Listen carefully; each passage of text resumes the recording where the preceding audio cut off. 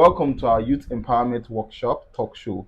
My name is Emmanuel Enebeli. I'm glad to be your host, and I'm here with our delightful guest, Jerry Kanyinebi. Jerry Kanyinebi, you're very welcome. Thank you very much for having me here. Thank you very much for being here. This is Africanovate Youth Empowerment Initiative. We're a youth-led organization that is focused on empowering African youth all around the continent. Our mission is to equip young people with the necessary skills, tools, and opportunities that they need to become the best versions of themselves. And this workshop is our way of reaching out to young people to let them know some of the things that are in vogue, right? And some of the to address some of the challenges that they are facing as young persons, either in business or in career.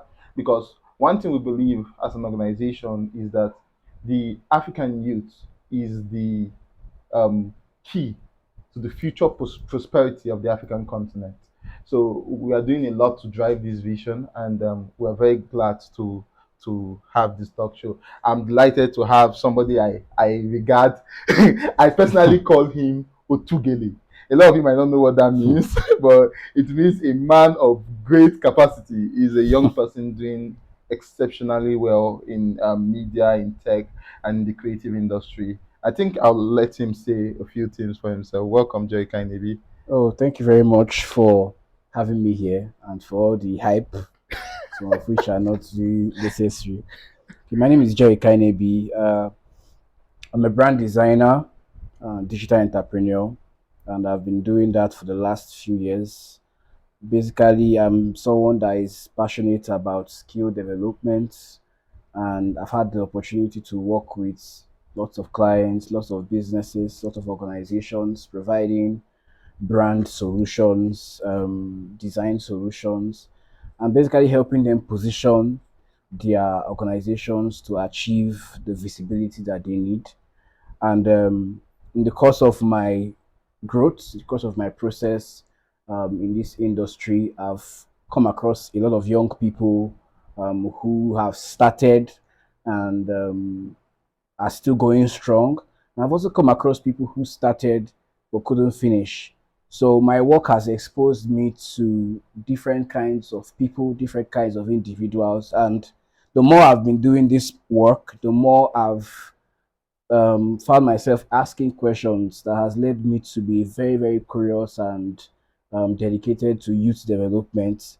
So I'm actually happy to be here because we're going to be talking, sharing some things that I believe will be of great benefit to youths. I have my own stories to tell. I can't start saying all that now, but I'm personally a product of youth development, serious, deliberate youth development, and I'm hoping that in this workshop we can be able to share the little information that we can for the youths out there. Thank you very much. Thank you very much for being here, especially on such short notice. We really appreciate your Yes, time. short Right, short notice. notice. Okay, so our team, what we're working with here is unlock, unleash, excel, nurturing youth capacities in Nigeria. Yeah. We know that, and what we've done is that we've collected some questions from young people. We sent out a poll. We got some questions from young people, questions that are key, things they want to talk about. So I want to give some of those questions to you right now so that you can like share your thoughts on them, right? Okay. Um, the first question we have is why is it crucial, particularly in the context of Nigeria, to focus on nurturing the capacities of young people? Okay, in the context of Nigeria, first of all, aside from Nigeria, all over the world, the youths are the major backbone of every economy. All right. The future of every economy, the future of every system you find yourself, youthfulness is basically the major backbone. And without the youths, nothing can really, really be achieved. The youths are the future, right? Of course, it's almost like a cliche. When we're growing up, we used to hear the words, youths are the leaders of tomorrow and everything. But then sometimes we make statements like that, youths are leaders of tomorrow. But it seems that we fail to understand that if we do not create the right environment, there will be no tomorrow for these ones to lead. All right. So youth development and youth transformation is very, very crucial at this time. And the reason why is because Um, there are skills, there are problems that are being generated every single day. Issues are coming up in society, in the world at large. Our emphasis on Nigeria right now, there are lots of problems coming up every day. And the truth is, the way the world system is designed, problems will stop coming. However, the solutions are everywhere, and the youths have been blessed with unique abilities to be able to identify these solutions and solve them. But like I said earlier on, we say they are the leaders of tomorrow. If we don't give them what they need, if we don't empower them, if we don't provide the right information, the right empowerment, the right platforms for them, there will be no tomorrow for them to lead. You know. Now we have society has a scale that we have the children who are just coming in. We have the youths who are more like in the middle, and we have the elderly ones. And if we observe in the country right now, looking at political scene, even in most major structural systems that determine the flow of the country, it is being dominated by people who are not youths per se. It's more like we don't want to create, we say we are doing youth empowerment programs, we say we are doing youth empowerment initiatives, but then when it's time to actually give this youth that we are developing, when it's time to actually give them the platform to show what they have, it's as if there is a pushback.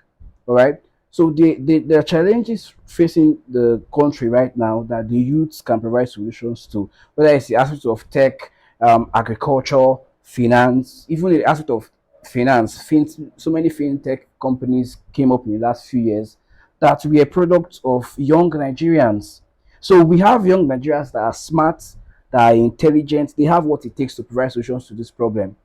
So the people who are ahead, who are currently like more like the gatekeepers, they it should not just create surface solutions to say we are doing youth empowerment, we are doing this. They should actually create real platforms, right? We should actually create real platforms for you, these youths, to actually provide those solutions and give it the opportunity to implement them the way they want to implement them. I don't know if that makes sense. Yeah, it does. So yeah. It does. Thank you so much. That was very elaborate. So, but a follow-up questions, right? You talked about challenges facing young people, right? So, what are some of the challenges facing young people and hindering them from developing their capacity, especially in this Nigerian context? Okay, in the context of Nigeria, one of the challenges which is common, which we always mention, and I will still mention it because it's a challenge, quality education. All right. The absence of quality education in the country. Okay, I won't really say absence because there is quality education, but it's accessible to this to few, accessible to those who can afford it, and that's not really doing us much good. So I will still say there is very very low access to quality education, and that's the challenge. Because when we talk about quality education, what do we mean? Now, quality education is not just about the quality of the classrooms or the kind of boards they use, but Content. the content, the information, the curriculum. What are these ones being taught? And the truth is, we can't give what we don't have, because if we want to talk about the content, sometimes the reason why some of these educational structures, why I feel the reason why they fight it is because they know that they do not really have the knowledge capacity to be able to handle these changes if they are introduced. For example, the person who is probably lecturing you on a particular subject is only teaching you based on the things he knew 35 years ago. He doesn't know the recent knowledge as regards what he's teaching you. And so if you decide to introduce something new to the curriculum, it means you want him to lose his job. So there are so many aspects of this. So the aspect of quality education, there are so many aspects, so many areas. Okay, we're talking about the content, we're talking about the content delivery, who is delivering the content, who is teaching this content. If you want to improve the curriculum, improve what is being taught, who? Because you can't send some of these persons back to school. Not all of them are willing to go back to relearn, because learning education is about learning, unlearning, and relearning. But a lot of persons are not ready to put their ego aside to I don't want to shake so many tables right now, but This shake. a lot of persons are not really ready to put their ego and pride aside to actually unlearn and relearn. And that's why we still have the same thing happening. So it's actually a grassroots issue. It's something that should be tackled head on. It's not just about providing more tools, providing more technology and infrastructure. It's good. But then the contents, the quality of knowledge being shared, and the people who are dispensing that knowledge, the quality of information they have, the mindsets they have. And that's one of the challenges affecting the youth right now. Yes, there are solutions. We have YouTube, we have platforms that are coming up Yeah. right now to cover up these gaps. But then, how many of these young ones have the opportunity to be able to afford to get as much data as they can get to learn the things they need to learn? How many of these young people actually have financial structures in place to facilitate their learning? So while we're talking about education right now, we're also talking about the aspect of financial structures. The country doesn't really have sufficient a kind of financial structure that makes learning easy. Yeah. So there is quality information out there right now on YouTube, learning platforms and all. But then how do they access this infrastructure financially? So that's another challenge. And then one also challenge that is also affecting these youths putting themselves in a position is I would just categorize it under poverty. Yes, because the truth is right now everybody just wants to just do what they can to make money and survive because of how the economy is degrading and falling apart. We're having more people who are still with living. It's more like there are different cadres in the economy. There are people who are in the survival level. There are people who are in the thriving level, and you have the wealthy. It seems like those who are in this survival level right now, based on how things it's getting more choked up, more people are still there. So everybody wants to come out of that survival place. And so these youths, most of them, instead of really, really learning things they need to learn, they just want to do a few jobs, quick money, quick fix, and all. So education, all right, the quality of content, the people dispensing it, financial constraints, all right, and poverty. These are challenges that are really, really facing youths right now. Yeah, we can't even emphasize enough, especially on education, right? Yeah, One of the things we do in Africanovate Initiative, right, is that because we believe that people can only do what they know, and we believe that that knowledge gap is reflecting in our society today. yeah, So we can't emphasize enough on it, right? And that we see that we are seeing young people becoming more innovative. Okay, so we're seeing more young people putting some things in place, and it just brings one whole concept to mind, which is entrepreneurship, right? So we are seeing more young entrepreneurs yeah. emerging in the society. Okay, what role does entrepreneurship or entrepreneur well, Entrepreneurship. entrepreneurship, right? What role does entrepreneurship play, okay, in building youth capacities? Okay, no, this topic of entrepreneurship, I was saying something just now about survival. Entrepreneurship basically was actually a system that was meant to identify solutions and identify problems and provide solutions. But what many young people are doing right now is not really entrepreneurship per se. It's basically hustle. You What's the know, difference? so yes, like I said, entrepreneurship, you identify a problem and you start developing systems and structures to provide solutions to it. Okay. You come up with, and then that drives you to come up with projections, come up with you begin to understand your unique proposition, value proposition. You begin to understand your target audience and target markets. You begin to understand, okay, who do I work with? What are my strengths, my weaknesses? What are your that's what analysis. You do your what analysis. You begin to understand, like I said, target audience, partners, sponsors, and everything, because you know that this is the solution I want to provide. You are able to identify those structures that helps you do that. For hustle is basically, I don't have money right now. What can I do To get to money. get money? Oh, crypto. Okay, okay. Let me do crypto and get money.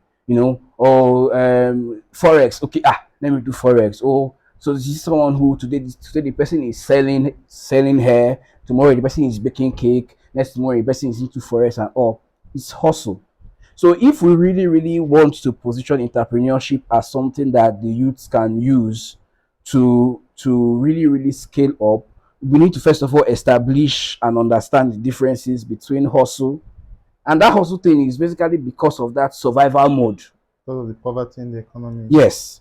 And so we need to be able to, because entrepreneurship is hard work. Entrepreneurship is not, it's a process, it's a journey. Hustle is basically, let me do what I can do now to get more in and sort out my needs. Okay.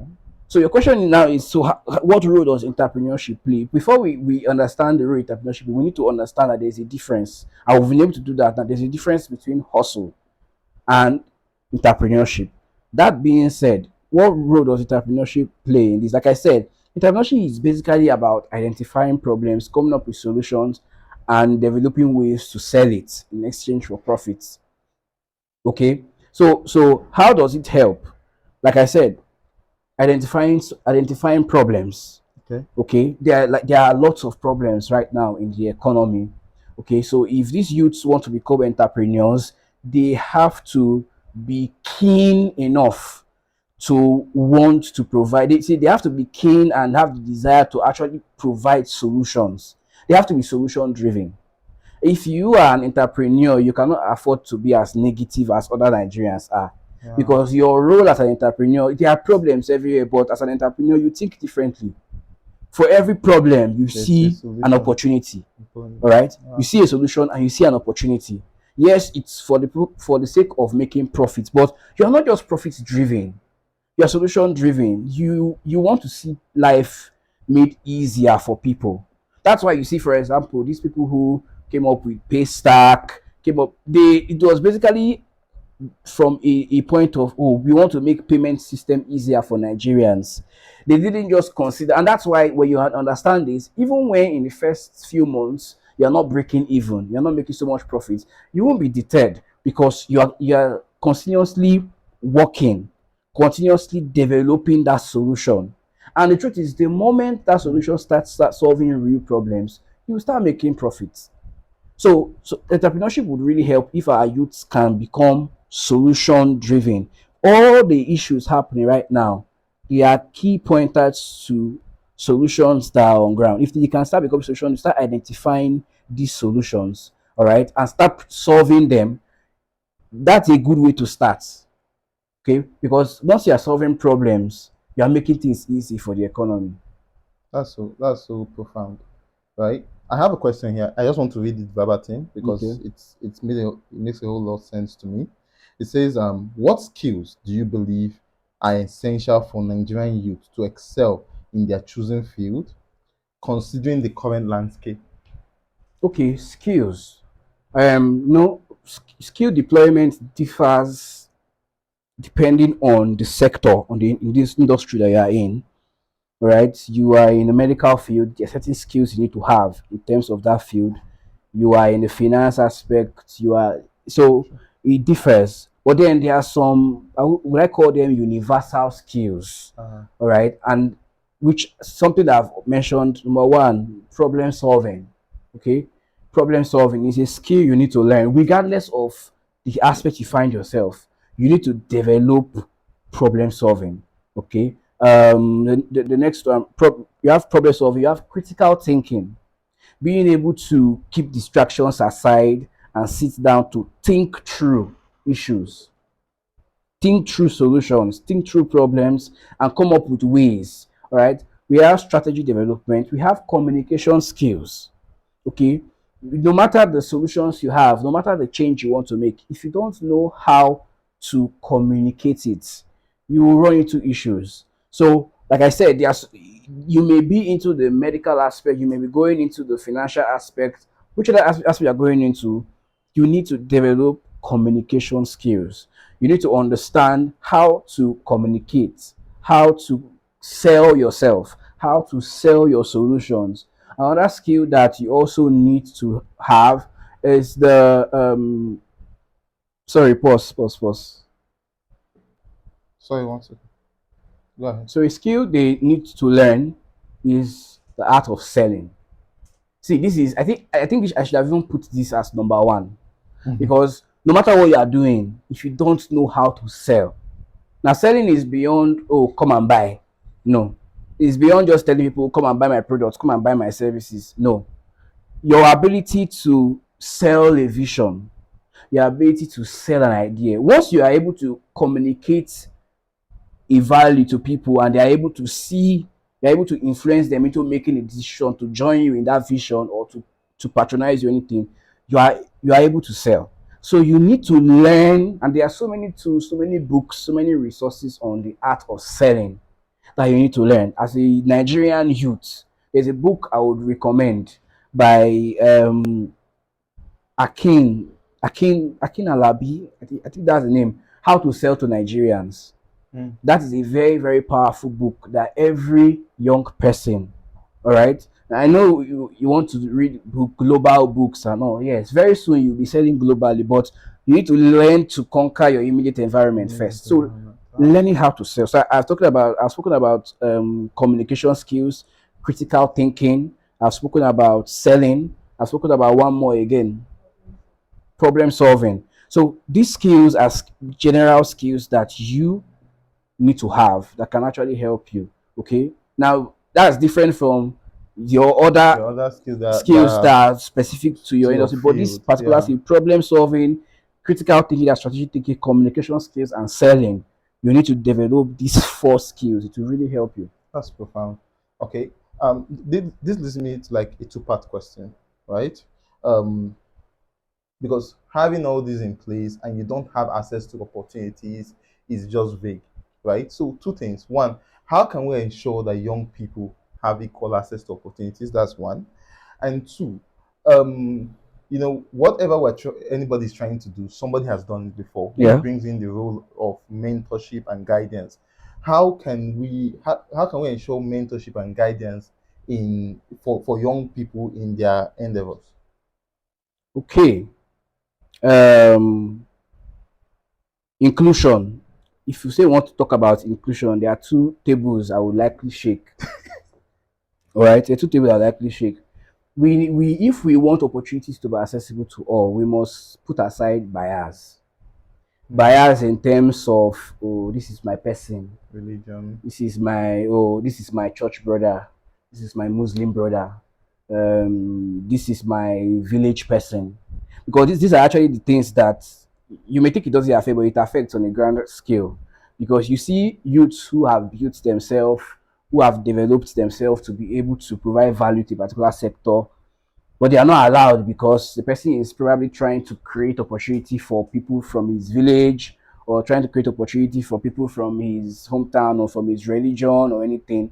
And it's a problem. You see that it's as if people are gatekeeping, they are withdrawing these opportunities and saving it for specific, and it's not helping us in any way. It's not. If we want youths to have access to these opportunities, we have to take away bias.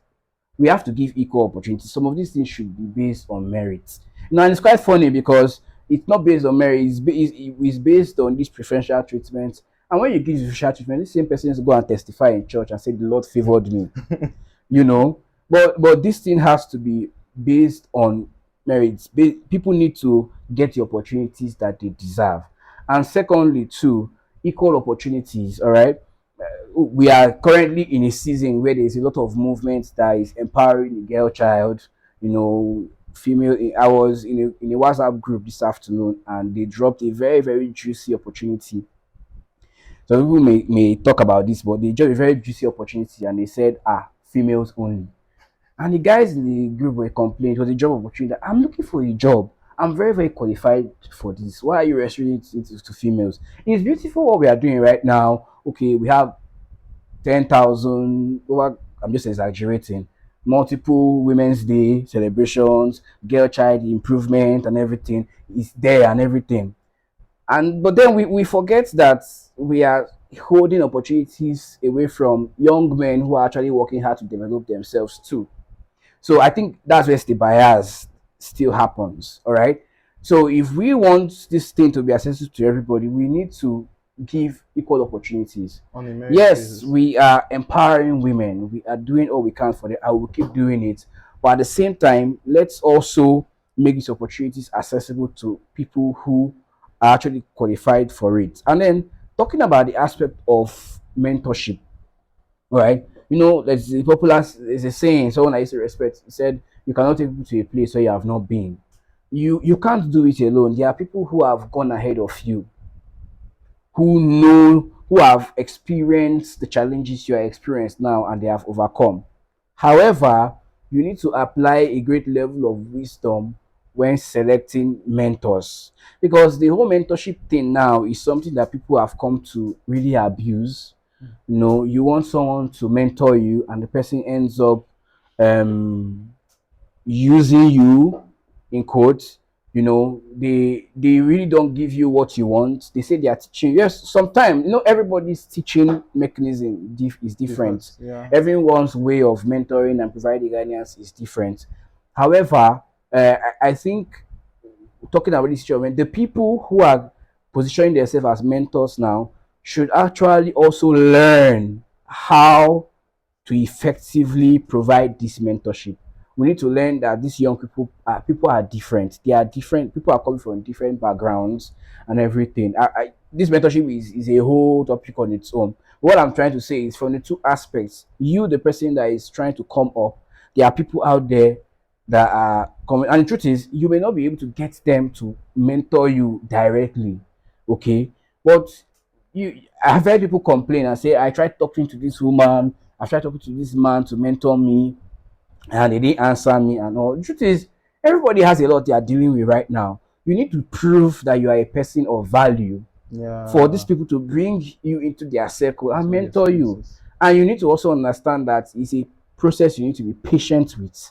Okay. So this person you want to mentor you, have you bought their books?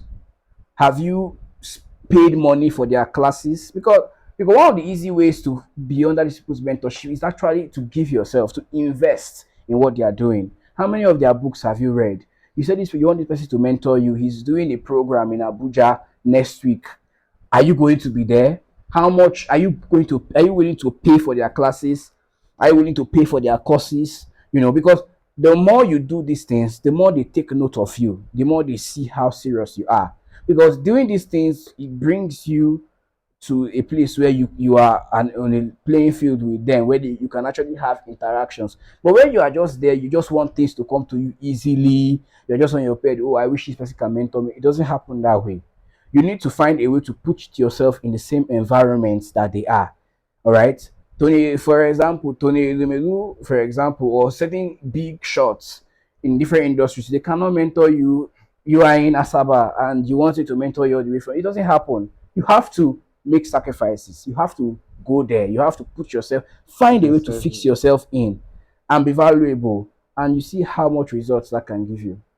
Like, sometimes when people talk about this mentorship thing, what I say a lot is entitlement Yes. mentality, and it's something that needs to be addressed a lot. Because I see a lot of young people come around me, and they're talking about mentorship and everything, and you see them just like this vulture attitude, what they want to collect, collect, take, and you're Yeah. not of value to me. And you don't know that I got here by being of value to even other people, and even people I consider mentors. You understand? I find a way to be valuable to, and something people don't understand is that when you get into this their space and you do what is useful to them, you get to learn things they've done in the past, right? That brought them to where they are today. Yeah. You understand? And True. that's why you can't say you want somebody to mentor you and they have books and you've not read their books. That's Yeah. like the most basic thing, True. right? So we need to understand mentorship. Mentorship must have mutual value. Yeah. You understand? True. It must have mutual value. That's so important, right? Now, there's a topic, there's a question I want to ask, and it's very sensitive because of our political environment. Talking about the role of government and policies, right, in youth development and in empowering youth capacities. Okay, because I want to say that it's as though, you know, based on the fact of lack of infrastructure, based on the fact of adverse policy, we see what's happening with the dollar and the naira. It's killing ideas, frustrating ideas. Mhm. So, what's the role of government? What's the role of Nigerian government and the policies they are making in capacity building and youth empowerment? And how can they Mm. make it better? Because Well, honestly, a lot of young people feel like they're making a shamble of things. Well, the truth is, it is to it's about what is working and what is not working. So how they can make it easy? First of all, the role, you already said it. Every single decision the government makes affects everybody. It affects the youth directly or indirectly. You know, every single decision they make in every sector, it affects good decisions, bad decisions, or what we consider to be bad decisions. Because when they are making decisions, some of them have what they have in mind they want to achieve, but because of how it's affecting us, we see it as bad decisions. All right. So whichever decisions, whatever way they are making that decision, okay, it has an effect. It has the role it plays is that it either helps the youth achieve their vision faster or it slows them down. It either helps them become better or it doesn't. Okay, so good policies help the economy and help the youths to be able to develop themselves, to provide the solutions they need to provide, to be able to do the things they need to do. Bad policies hinder the youth from achieving full potential. It's as simple as that. So what can the government do? I think what the government can do is to examine the economy, examine the decisions they are making, and not just what they have in mind, not just the motive, but how. Because sometimes they may even come up with policies that they feel is good, but the implementation is the problem. How they implement it is the problem. The approach they use in implementing it is the problem. The timing is a problem. So if they can look at those policies over again and look at, okay, how it is being implemented, the implementation process, all right. Also look at the effect it is having, because one thing about leadership is you need to be able to weigh your options to know, okay, if this is working, let's switch to what is working. And one way to know if it is working or not is by feedback. Yeah. Even when you are creating a product or a service, you need feedback from your customers. It is the feedback that helps you go back to your drawing board and develop something that actually works. So if the government can listen to the people, all right. Now there's a different. Some people rant, why some people complain, and some people actually state concerns. Truth is, there's always that whether you like it or not, if you come up with good policy, they will see something wrong in it. But we're not talking about people like that.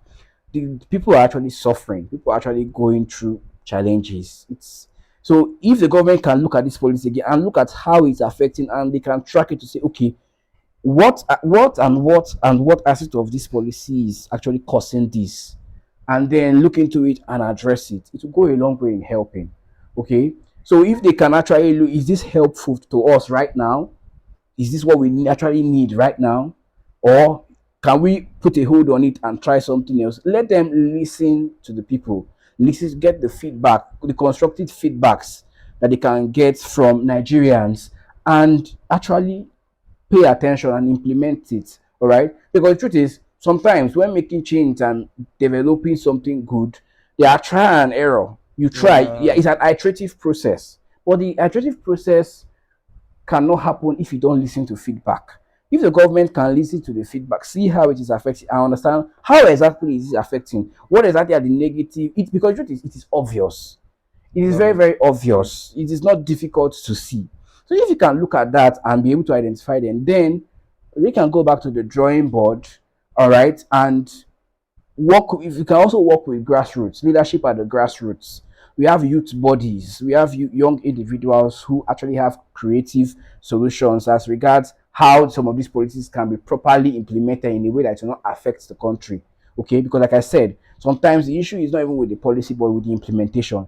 If they can work with youths who have ideas, who have creativity, youths who have an insight, okay, people, professionals that can actually help to create a proper implementation of these policies, it can go a long way in helping things. Yeah, I must say this, right? That our government needs to learn accountability in the sense of, you must know that your policies have effect on the people.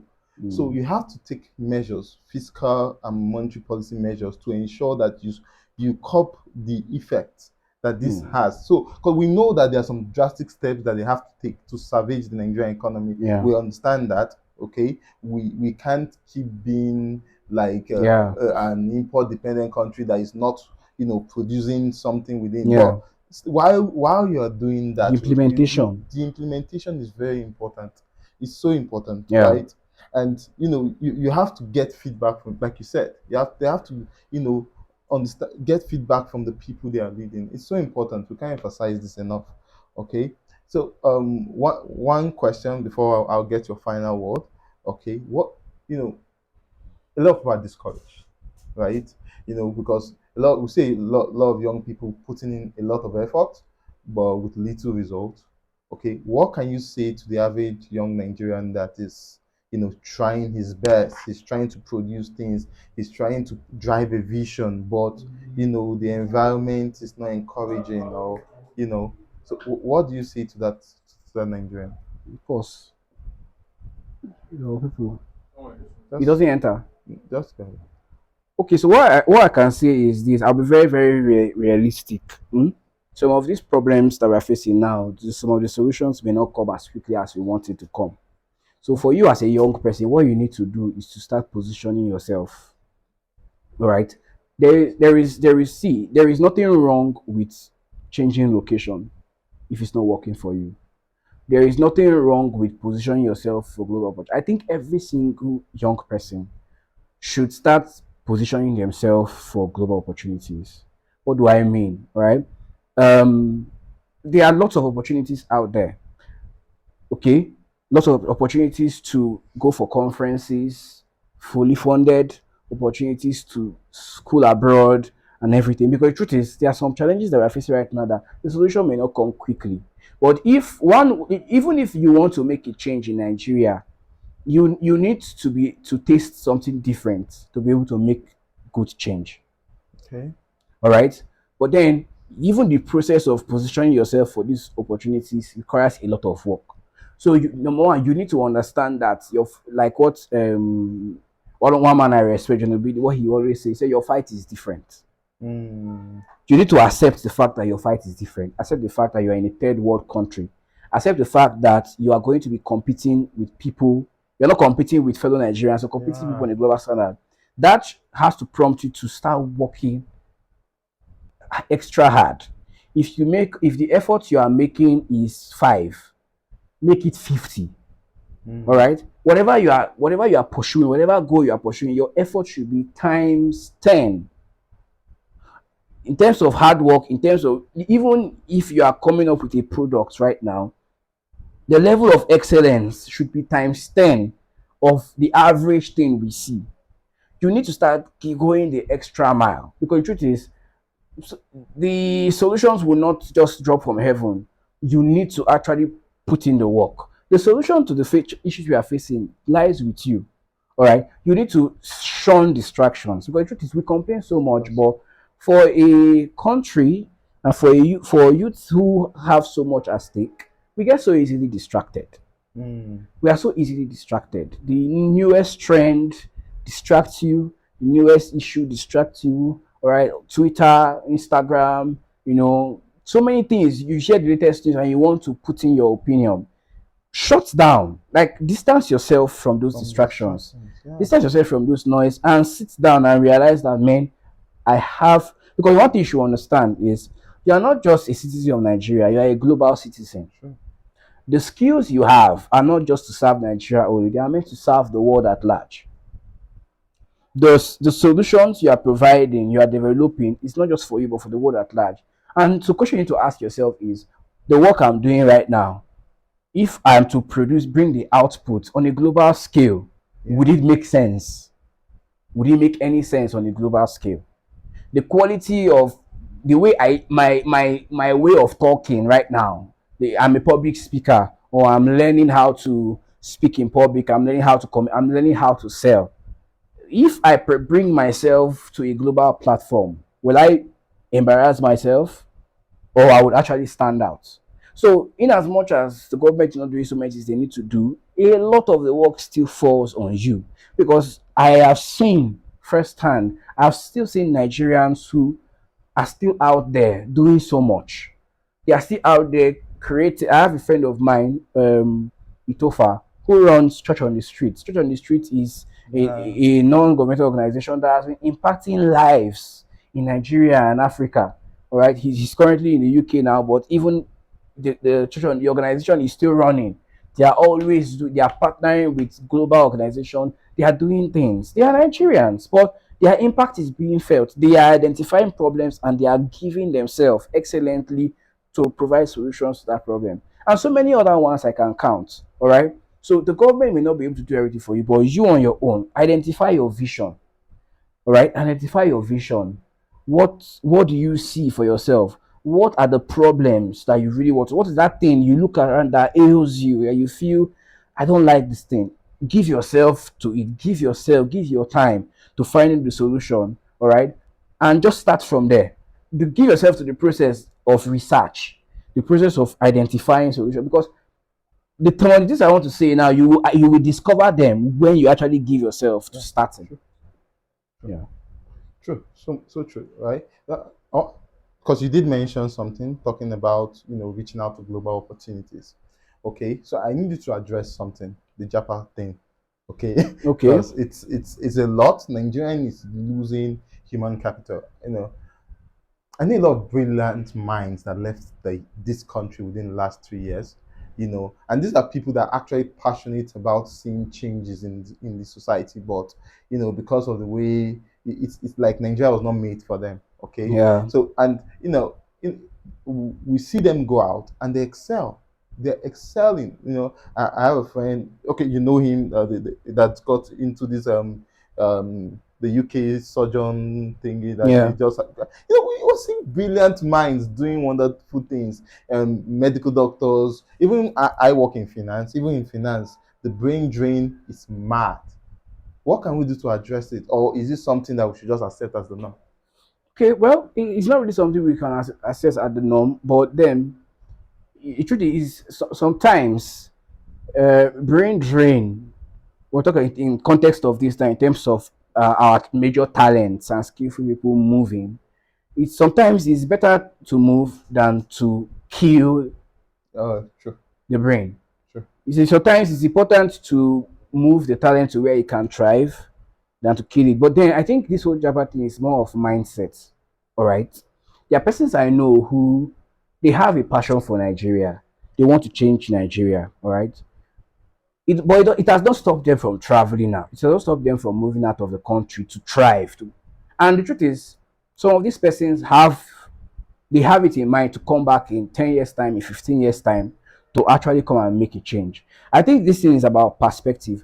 Some persons just want to Japan, they just want to leave and go there and wash plate, and they don't care what is waiting for them there. So most of them don't even have a systemic plan on what they are actually going there to do.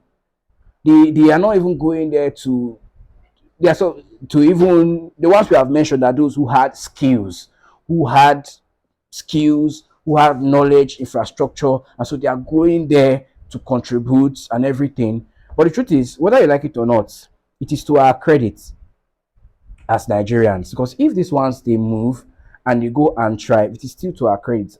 However, my own appeal is that while we want to move, first of all, it's in two ways. First thing I want to say is for those who have the skills, who have the experience and are trying to move to make things better, while we do that, we should also have it in mind to contribute to this country, because whether we like it or not, it's our home. Uh, And the truth is there is a lot of things that will happen in the country in years time that will make many persons to want to come back. That's true. I don't mean to sound it, but the truth is things are happening, things are taking shape, things are taking form. All right. So as much as you want to you leave, I wouldn't discourage you. If you feel going to get better education would help you achieve your vision, awesome. But bear it in mind that whatever you're going to do, you should also have the country at heart. You should also have there's I think I heard about there are so many initiatives. If you're some of the initiatives that are thriving right now, if you check the persons who created it, they were abroad for a while. yeah. They went there, they saw how things, and they came here. Right? The political landscape, the truth is certain things need to change.